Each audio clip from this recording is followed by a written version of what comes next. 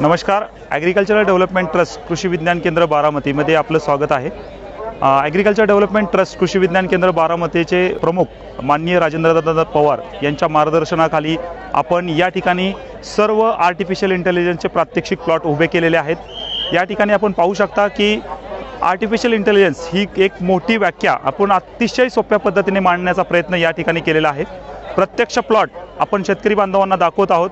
Artificial intelligence म्हणजेच कृत्रिम बुद्धिमत्ता शेतामध्ये याचा वापर कशा पद्धतीने करायचा याचा प्रात्यक्षिक प्लॉट आपण इथे लावलेला आहे.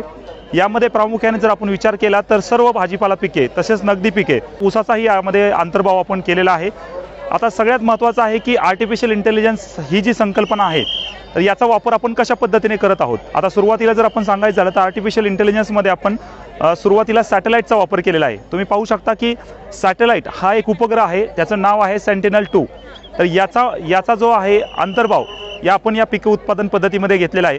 या माध्यमातून साधारणतः आपण जमिनीवरती पीक लागवडीपूर्वी असेल किंवा पिकाचे पूर्ण निरीक्षण असतील तर सॅटेलाईट या उपग्रहाच्या माध्यमातून आपण त्याची नोंद ठेवत आहोत किंवा त्याचा डाटा आपण रेकॉर्ड करत आहोत. आणि या अनुषंगाने आपल्याला जो डाटा मिळाला आहे मातीचा, या अनुषंगाने आपण पीक पद्धती कोणती लावायची शेतकऱ्यांना याबद्दल मार्गदर्शन करणार आहोत.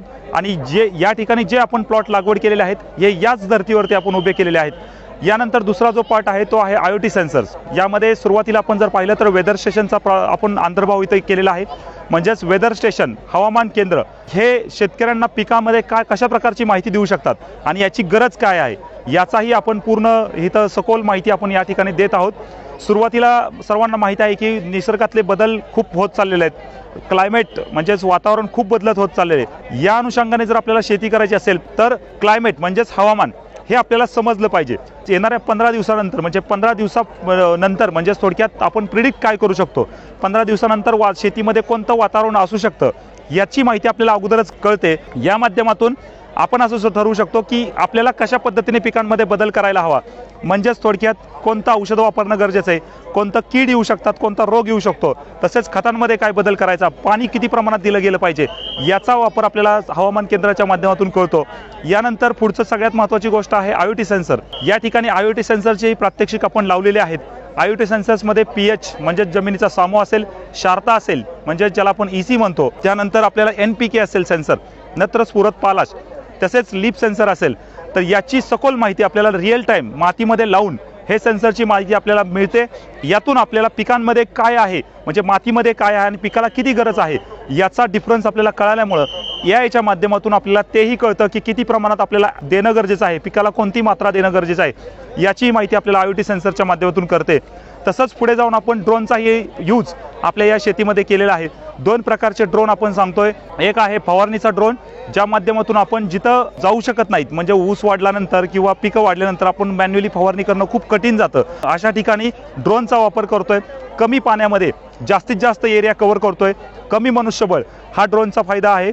त्यानंतर सगळ्यात महत्त्वाचा दुसरा जो ड्रोन आहे तो हायपरस्पेक्ट्रल आहे. मल्टीस्पेक्ट्रलचा कॅमेराचा यूज करून म्हणजेच ड्रोनवरती हायपरस्पेक्ट्रल असेल, मल्टीस्पेक्ट्रल असेल तर या कॅमेरावरती आपण लावलेले आहेत.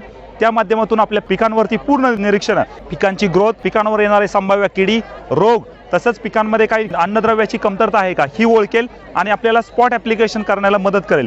तर अशा पद्धतीने हे सगळे अंतर्भाव आपण केलेले आहेत. याच्या पुढे जाऊन आपण रोबोटिक्सचाही वापर म्हणजेच फळांची तोडणी असेल किंवा आपल्याला साधारणतः निंदणी म्हणजे थोडक्यात विडिंग करायची असेल, खुरपणी करायची असेल तरीही रोबोटिक्सचा वापर आपण या ठिकाणी करू शकतो.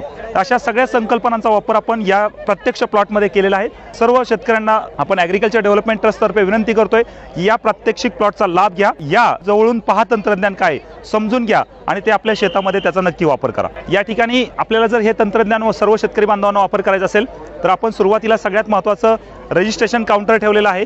या ठिकाणी शेतकरी येतील, त्यांचं स्वतःचं नाव नंबर नोंद करतील. येणाऱ्या काळामध्ये आपण त्यांना संपर्क करून त्यांच्या शेताचं प्लॉटचं मॅपिंग सॅटेलाईटच्या माध्यमातून करणार आहोत आणि त्यांना जे येणारे एक संभाव्य धोके आहेत म्हणजे पिकांवरती ज्या अडचणी आहेत, पीक कोणतं निवडायचं, मार्केट कोणत्या पिकाला असू शकतं याचंही मार्गदर्शन आपण करणार आहोत.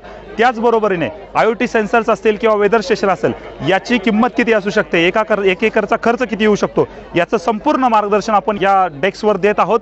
आणि नक्कीच मला असं म्हणजे पूर्ण संस्थेच्या वतीने आम्ही सर्व शेतकरी बांधवांना येणाऱ्या काळात या सर्व AI तंत्रज्ञानाचा वापर शेतकरी बांधवांना करायला सांगत आहोत. शेतकरी बांधवांनी उत्सुकतेने हे प्लॉट आणि ह्या रेकॉर्डमध्ये म्हणजे शेतकऱ्यांचं रेकॉर्ड आपलं इथं दिलं पाहिजे, जेणेकरून येणाऱ्या काळात आम्ही हे सर्व तंत्रज्ञान त्यांच्यापर्यंत पोहोचवण्याला मदत करू. यामध्ये आपण जर विचार केला तर सगळ्यात महत्त्वाचं आहे की जर समजा वेदर स्टेशन असेल किंवा IoT सेन्सर्स असेल तर याची जर रेंज बघितली साधारणतः 2 किलोमीटरपर्यंत आपण याची रेंज देऊ शकतो. जर आपण असा विचार केला की IoT सेन्सर आणि वेदर स्टेशन साधारणतः 2 ते 5 एकरपर्यंत आपण जर बसवलं तर नक्कीच 5 एकरपर्यंत शेतकरी यामध्ये एकत्र येऊ शकतात आणि हा सर्व पूर्ण जो खर्च आहे 5 एकरपर्यंतचा तो विभागला जाऊ शकतो आणि कमीत कमी खर्चात प्रत्येक शेतकऱ्यांना ही टेक्नॉलॉजी वापरता येऊ शकते. सर्वात महत्त्वाचं आहे की यामध्ये जर आपण विचार केला तर क्लस्टर बेस म्हणजे साधारणतः कमीत कमी 100 शेतकरी जर एकत्र आले तर आपण चांगल्या पद्धतीने ही टेक्नॉलॉजी कमी खर्चात प्रत्येक शेतकरी बांधवांना देऊ शकतो. धन्यवाद.